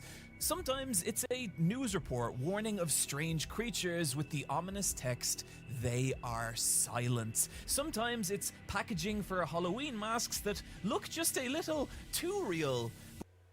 But one of my favorites is this image of two creepy faces, and by itself it is unsettling, but look at how much meaning and context Plasto injects into this piece by printing that image as the missing notice on the side of a milk carton with a tag that says evidence 3, asking so many questions about what happened here and the kind of story that contains this moment. Plasto is exceptional at this, combining different mediums and formats to create these strange narratives, often mashing together multiple images in the same composition like it's some stream of conscious work in progress for a final piece that we never see. And it's weirdly unsettling, especially when it creates narratives that suggest something awful and frightening, like this piece where we see an image of a girl stepping forward with a welcoming look on her face, and then some kind of grotesque creature, its head encased in a metal device, clutching what looks like a newborn child. Then the same girl's face contorted in terror, the same face again, now collapsed and broken. And finally, an empty chair sitting next to a memorial picture of the girl as a shadow of something looms out of frame. That's weird. Sometimes Plasto will even build these narratives into entire worlds across multiple different secondary pieces, like a city flooded with a demonic red light where there are no people, only bizarre elongated entities that stalk its streets and peek out at you from behind doorways. Another being a bizarre reality where small plush-like creatures wander these broken, desolate landscapes, encountering these awful otherworldly beings and massive, grotesque nightmare creatures, all while their perception of themselves and the reality around them warps and distorts. And yet another of these worlds is a nightmarish school building where something is very wrong, where uncanny monsters stalk its hallways and bloated abominations lurch from the shadows. And as a side note, I really love the detail here that the monster has the same hair color, hair clip, and even eye patch as the girl at the bottom of the stairs, suggesting so much about what might be happening here. The reason I'm going so deep on Plasto's more traditional work is that through it you can see what a weirdly perfect fake video game artist they are, even without mentioning their fake video games. Drawing us in with images that ask questions, turning those questions into narratives through different mediums and formats, and using secondary pieces. I think that's the recurring theme throughout all these questions that have been asked, is that when people create something that makes you want to ask about it, that's what gains the interest. Like, everyone wants to know this, wants to know that, blah, blah, blah, because it's not real. So it's like constantly asking, what's this, what's that, blah, blah, blah, because it's not explained. Interest, people interact, people talk about it, they want more. This video has opened my eyes to a whole different side of things that I have not really experienced before, but I can totally see the appeal and totally understand why people are into this stuff. This video is awesome. To build those narratives into worlds. In other words, the entire process we've been talking about this entire video. And it's when you look at this through Plastobu's fake video games that things get really special. Video games are a huge influence on a lot of Plastobu's work, something you can see in a lot of their creepy video game fan art. Not even just horror series like Resident Evil, Silent Hill, or Bloodborne, but eerie renditions of games you wouldn't expect, like Doom, like Earthbound, like Pokemon, as well as deeper cuts like Darkstalkers, Ico, Rival Schools, and Humaniki. One of their worlds even focusing on a haunted Animal Crossing village. Images showing bizarre doppelgangers appearing at night, or candid photographs where strange creatures wash up on shore, or bizarre specters loom ominously in the distance, suggesting an Animal Crossing village where something is very wrong, as well as the influence of a lot of old video game creepypastas, one of their comics even being about two girls finding a cursed video game cartridge. The earliest work I could find from Plasto was even this layout, which looks like some kind of rough design concept for a video game, but from here, Plasto would push and evolve that concept in so many weird and fascinating ways. And some of it's a kind of loosely implied video game, like this image of a girl collapsed next to a broken sword with the text, "Magical Girl After Battle." The distressed line work and rough pixelated fonts making it feel like a page scan of some old beat up game guide, or their Codename series, where they pair children with these gigantic, bizarre creatures. And man, the style of drawing, the typeface so used, weird, the but compositions, very it cool. all gives me the feeling of CD inserts for some lost Dreamcast fighting game, complete with what looks like an end of run boss. Other of Plastobu's fake video games are more direct, and it's here where you can see their love of the aesthetic of video games, from fake box art and CD illustrations to full-on mock-up screenshots that cover a massive span of bizarre games, like Yummy Yummy Poomy, a strange PlayStation 1 survival horror about eating dinner, I think, that exists only across a few images, a mock-up screenshot that uses the limited low polygon aesthetic of the PS1, as well as a full-on fake promotional poster and even a game over screen with the text, "No one can hear Poomy." Other fake video games including Lilo is Lost, a lo-fi first-person experience about exploring a bizarre, never-ending shopping mall, or Dream Trading Archives, which honestly I don't know what the fuck is going on here, but it looks awesome, or Home, which is just a bizarre game which also has a scanned troubleshooting section from its manual with hints about what to do if you start getting messages from aliens, or if grandma and grandpa die. If 3 days pass once you arrive at the cottage and grandma and grandpa are not in the house or nearby, they might be deceased. This does not affect the game except for the attic that would not be accessible for the rest of the game. An occupied message will pop up every time you try to enter. This happens very rarely. Creating a new game file should make them appear. Loading a previous file will not bring them back. By now, I hope it's clear how natural Plasto is at creating fake video games, which leaves only the final fake video game I want to talk about. This one being the entire reason this video exists. One that incorporates not only everything we've talked about, but on a scale unlike anything else we've seen. Why you should play Vermis. Wasn't this the game he talked about at the beginning of the video? Stone bricks sink into the pearly waters of the swamp as the path extends in front of you. You can distinguish a flat landscape covered in cloudy waters and weeping willows, all enveloped in a thick veil of mist. This is the Silver Swamp. It is eerily silent. There is not the sound of insect, bird, or beast. The calm is almost haunting. Once you cross the mist, the atmosphere is filled with a violent silence that only ceases with the splosh of your foot hitting the water. The shapes of the mist swirl and spiral around you, and sometimes you'd swear but you could see people in them. A faceless woman holding a child, a girl whose face is frozen in terror, a naked man staring out at you from behind a tree, emanating a threatening aura. But the phantoms are not what scares you. The more time you spend in the mist, the more a weariness creeps into your bones. You find yourself in a constant battle just to stay conscious. If you happen to have a night watch mushroom, it will help you stay awake longer. Okay. Finally, a solid shape emerges from the mist, and you are confronted by the lost paladin. Be gone, Shadow. Return to the fog. You will not fool me twice.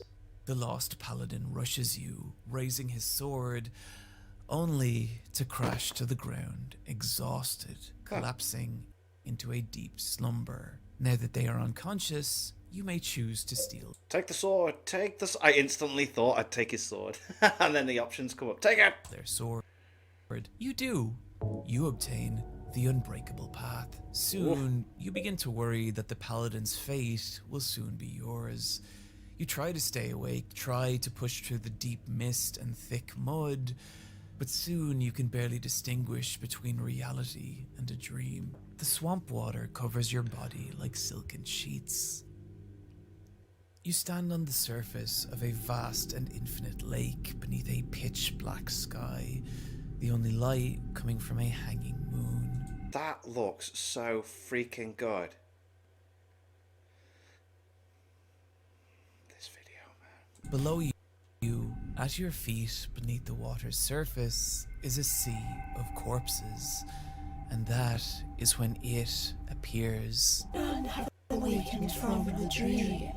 Resist not, and your flesh shall be banished, so your soul can rest under the peaceful waters, among many others. The aspect of the dream draws its blade gracefully and lunges with inhuman speed. If the aspect's dream crosses your heart, the dream will end, and your body, consumed by the mist, will never be found. But the aspect is nimble as it is fragile. One single hit can end the illusion.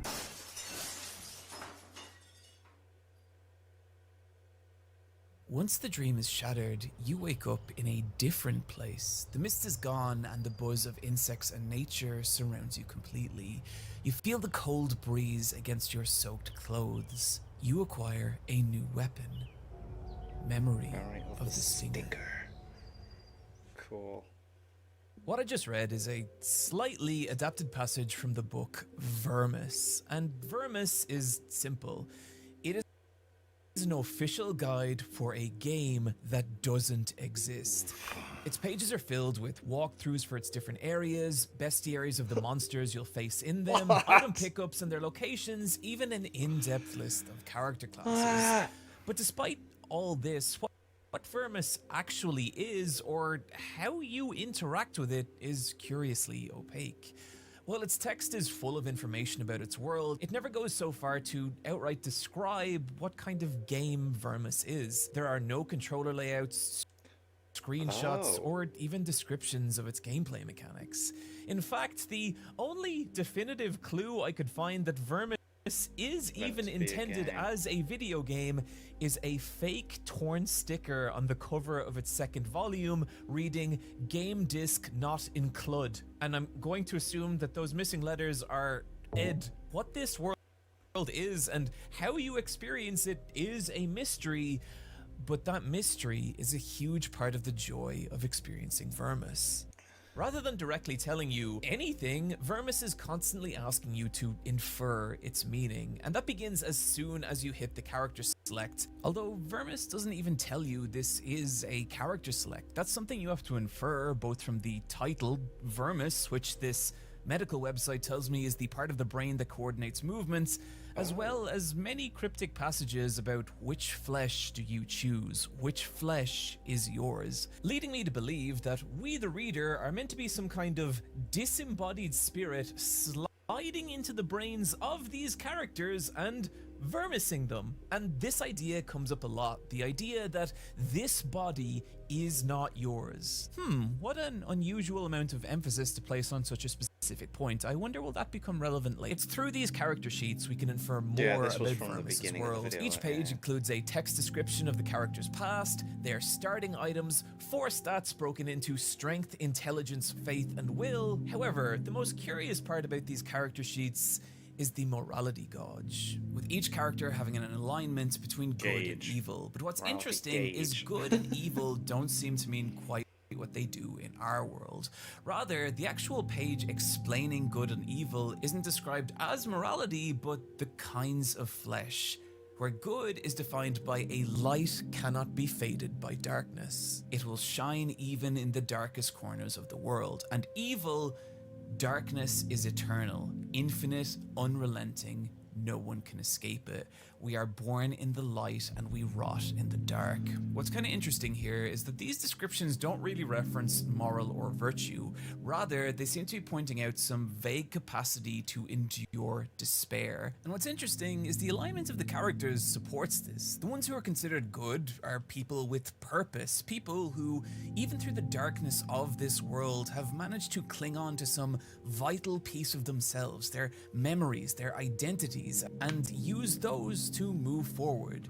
Whereas the evil characters are the opposite. People who have become overcome with despair and in doing so, losing some core part of themselves, giving into madness or nihilism or one of the more insidious belief systems of Vermis' world. And again, that's an oddly specific point to make. And why is this image back on screen?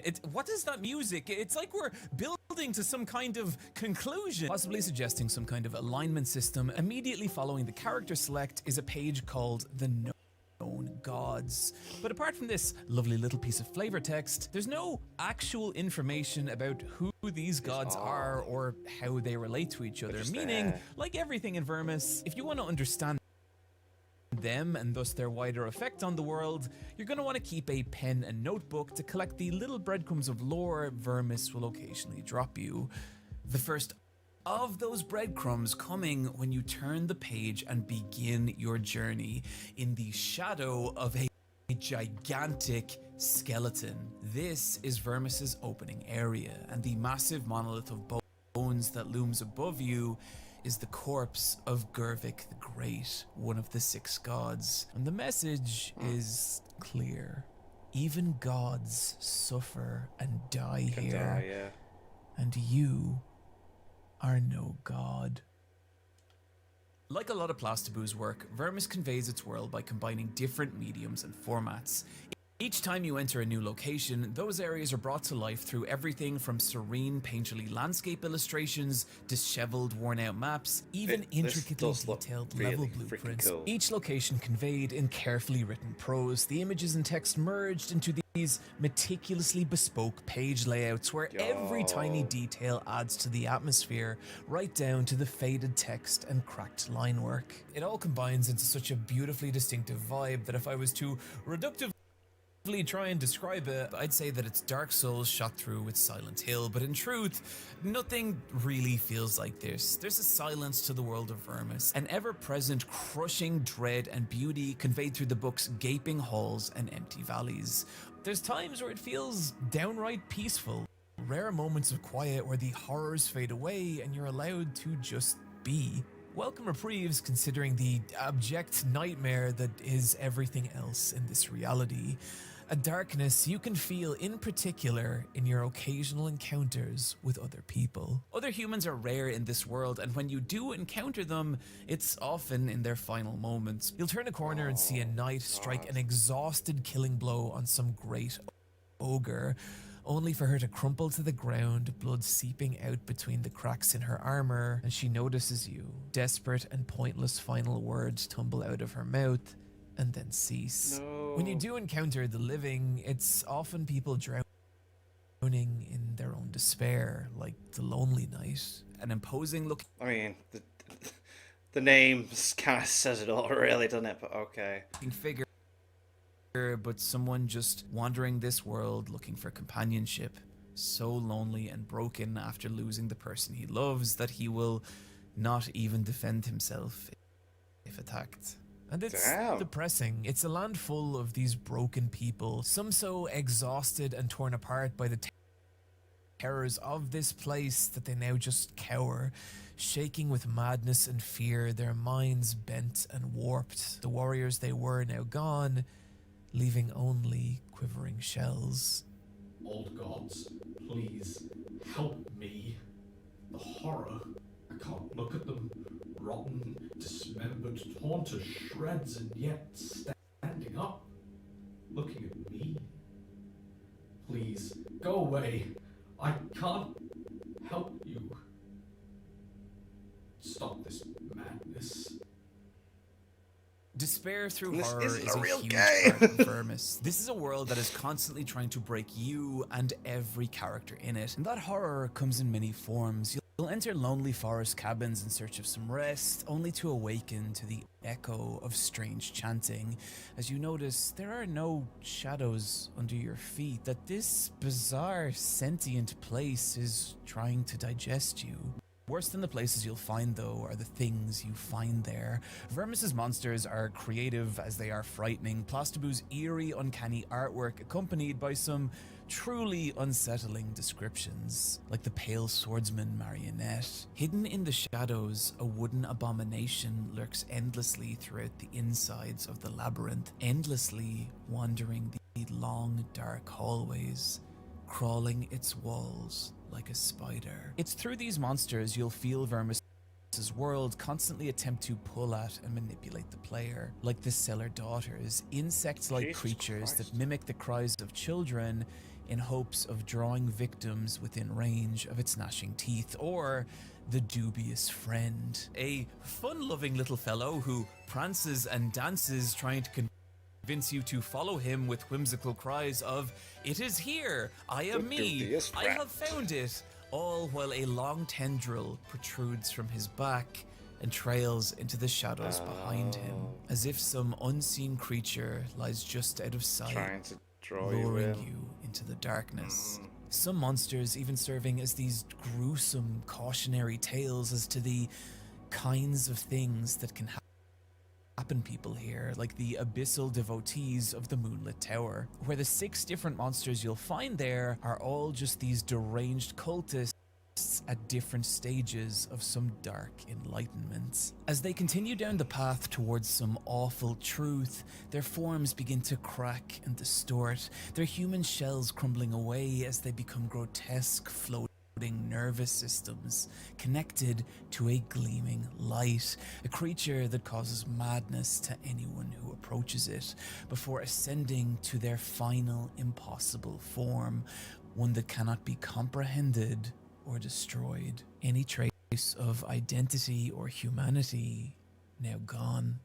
When Vermis is at its strongest is It turns into when it combines into a its potato. atmospheric locations and unsettling monster design and It looked like a uses potato. them to tell these simple but extremely memorable little stories. When you first encounter the Green Sun ruins of the Goblin Princess, you expect what you would from any dungeon ruled by a Goblin Princess. But once you enter, something feels wrong.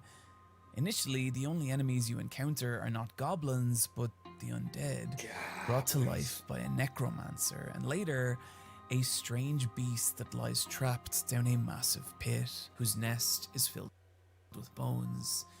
Any goblins you do find are decrepit and old. They peer out at you from behind pillars, anxious to avoid combat. You make your way through the area, and you eventually encounter this dungeon's boss monster, the Goblin Knight. This formidable foe fights with slower yet aggressive movements. A direct blow from one of his axes could be fatal. If you carefully avoid or block his attacks for some time, you will eventually exhaust him, and that would be the optimal chance to thrust your weapon into one of the armor's apertures. Once you hurt him enough, he will fall to his knees. Exhausted, the Goblin Knight turns his head, staring into a dark hallway at the bottom of the room. He contemplates it for a few seconds, then screams at the top of his lungs and rises once again. The blood pours from his wounds like a fountain due to the pressure. He's going berserk. The night won't last long, but he will battle fiercely until the very end. Once you defeat the Goblin Knight, you're given the option to remove his helmet, and if you do, you discover he's not a goblin at all, but a human. And if you check the room he glanced at during your battle, you will discover a large sarcophagus containing the corpse of a long dead human princess. And when you return to the hallway, you see the ghostly visage of this princess over the Goblin Knight's corpse. In Book 2, you learn the full meaning of this place, the tale of a malicious queen who built her kingdom on the bones of these scrawny creatures, the goblins fearfully following her every command. The queen soon grew beyond cruel, becoming torturous and depraved, to the point that when she gave birth to 2 daughters, one was a beautiful young girl who would become known as the Goblin Princess, and the other an abomination, a punishment for the queen's sins. The queen had her monstrous daughter hurled down a well where it grew into a terrible beast, to which she enjoyed feeding her servants, while her other daughter, and opposite in many ways, grew more empathetic and loving to the terrified goblins who once lived so freely, eventually mounting a rebellion and overthrowing her evil mother and casting her down into the pit to be devoured by the daughter she had imprisoned there. The princess, protected by her loyal goblin knight, turned this land into a sanctuary where no goblin blood would ever be spilled again. Until you, the goblins, feebly attempting to guard the corpse of the princess who had showed them so much empathy and kindness. The princess, now cold and withered, her good deeds forgotten by the world except by her servants, who still stare at you from the shadows. Vermis is a extremely grim world. Yeah, bloody well seems like it. Oh my god. To the point that if it actually existed as a video game, I don't know how fun it would be. There's moments where Vermis relies on putting the player through unreasonable levels of cruelty. Exhaustion and loneliness are a huge part of this world, something you can see in the infinite hallways of the Shade Sanctum that trap the player for hours or days, where mind-numbing repetition and insanity begins to eat at the character. And while moments like that are really effective in concept, the idea of actually playing them sounds kind of unbearable. I think it's interesting that the format of a fake video game allows Vermis to go to these extremes, trapping the player in concept in the unbearable levels of cruelty of these hellish places. And in this regard, there is one area of Vermis that stands above all others. And what is that?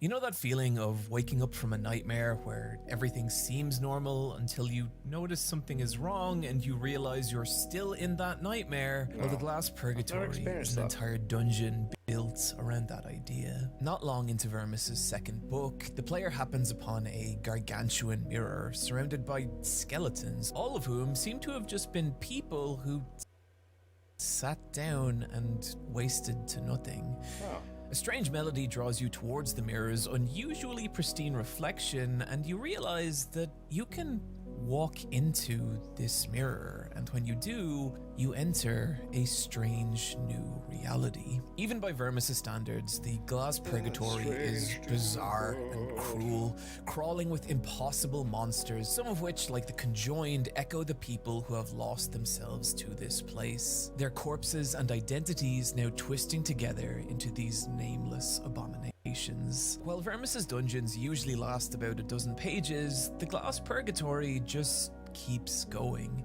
as you endure an endless parade of ordeals. Spectral figures grasp at you from beneath the surfaces of lakes before transforming into terrifying aquatic leviathans. Cults worshipping an old, evil, forgotten god, and perhaps most strange, creatures that seem able to stare out past the pages of the book and into you, the reader, aware that this body is not yours, asking to whom thy flesh belongs. Thy flesh does not belong to thee. These encounters are often violent and frightening, but the true hell is what happens after. The player's hard-fought victories met with nothing but the appearance of strange mirrors.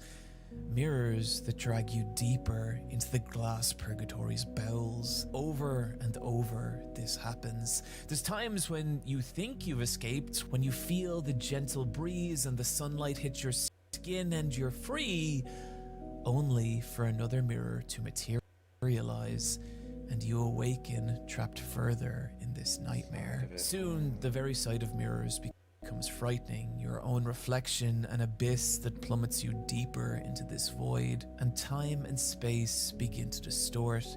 Days, weeks, months pass as you walk infinite, endless hallways, a cursed, numbing rot eating your limbs, and terrible faces grin out at you from every reflective surface.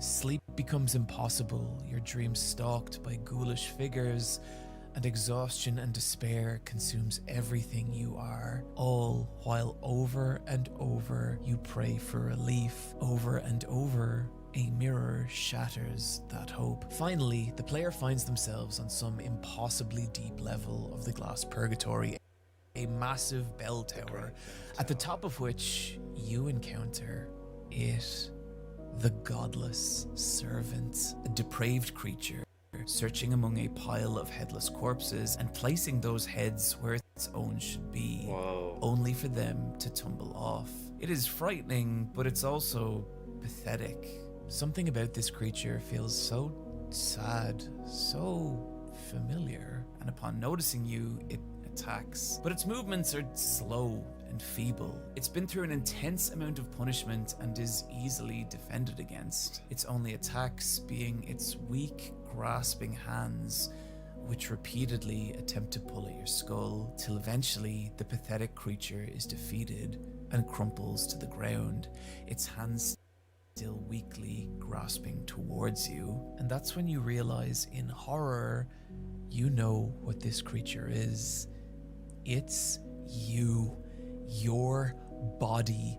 Your real body. Oh. The weight of the depravity drops you to your knees, and you do the only thing that makes sense anymore. You remove your own head and reattach it to this piece of yourself that you lost so long ago. Oh my god.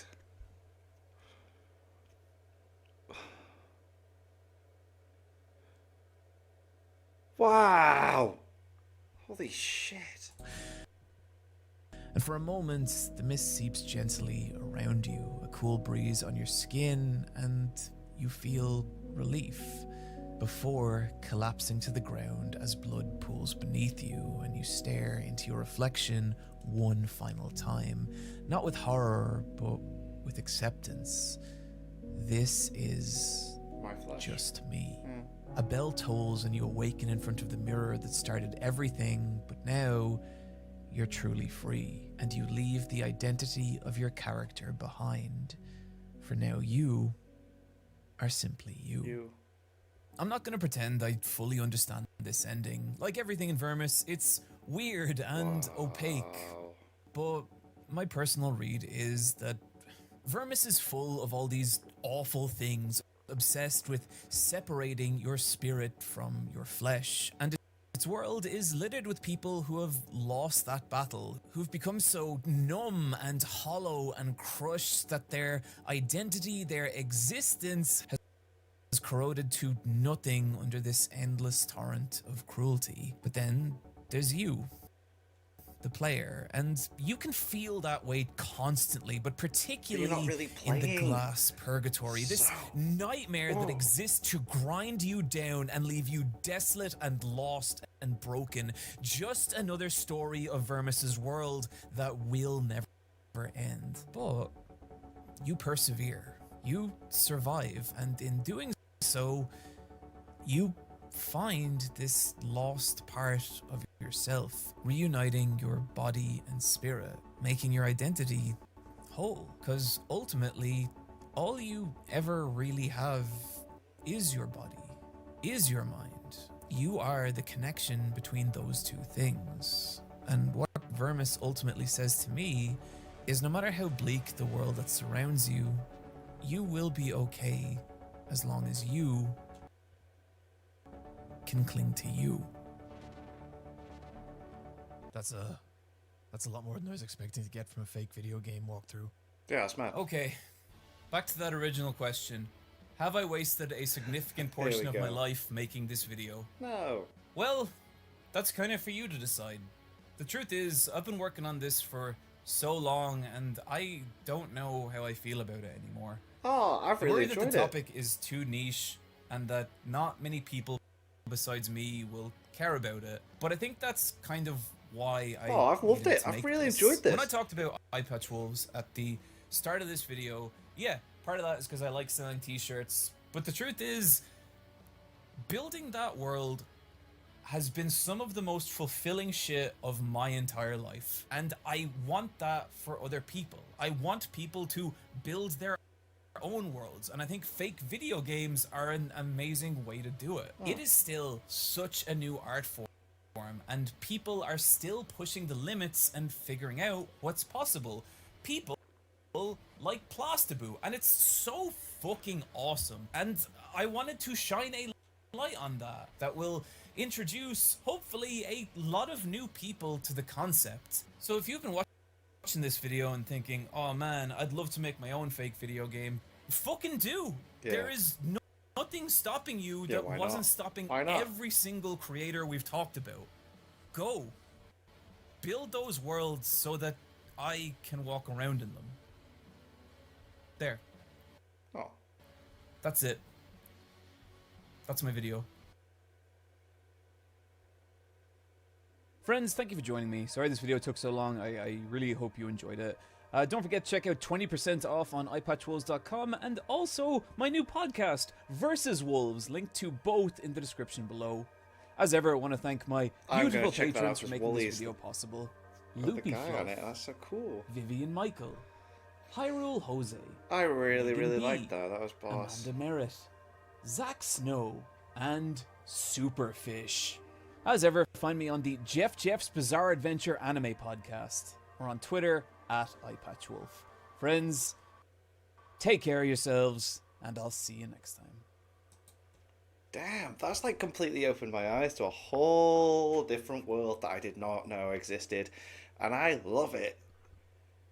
The lengths that people have gone to, the detail that people go into, the stuff that people do, and the conversations that come from it.